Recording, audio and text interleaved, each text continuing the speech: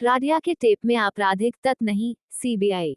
पहनिया समाचार सेवा, नई दिल्ली। केंद्रीय अन्वेषण ब्यूरो ने उच्चतम न्यायालय को बुधवार को अवगत जांच एजेंसी ने सुप्रीम कोर्ट को दी जानकारी। कराया कि कॉर्पोरेट घरानों के लिए उद्योगपति रतन यया की ओर से लॉबी करने वाली नीरा राडिया की दाखिल याचिका का निपटारा कर कुछ नेताओं, कारोबारियों दिया जाना चाहिए।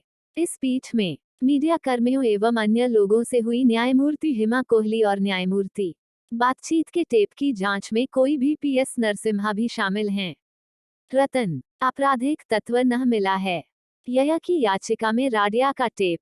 न्यायालय ने सीबीआई की इन सामने आने के मद्देनजर निजता के दलीलों का संज्ञान लेते हुए उसे इस अधिकार की रक्षा का अनुरोध किया।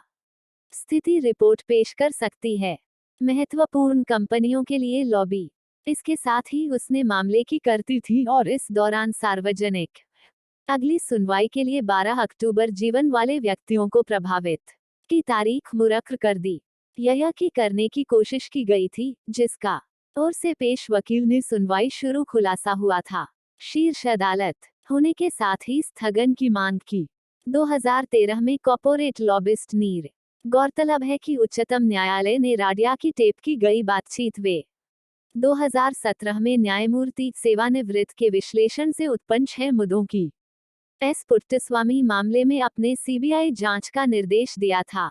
आदेश में कहा था कि निजता शीर्ष अदालत ने कहा था, राडिया का संविधान संरक्षित अधिकार है। बातचीत बाहरी उद्देश्यों की पूर्ति के याचिकाकर्ता के वकील ने लिए सरकारी अधिकारियों की नीरा राडिया की फाइल फोटो। मामले में स्थिति रिपोर्ट पेश करने का गया था।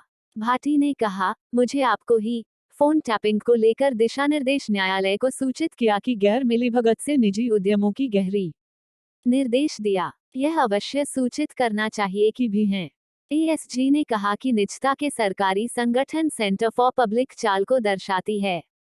सरकार ने राडिया सीबीआई की ओर से पेश सीबीआई को टेप की सभी बातचीत अधिकार से संबंधित फैसले के बाद इंटरेस्ट लिटिगेशन सीपीआईएल ने की 180 दिनों की बातचीत को पहले अतिरिक्त सॉलिसिटर जनरल की जांच करने का आदेश दिया गया। अब इस मामले में कुछ नहीं बचा है।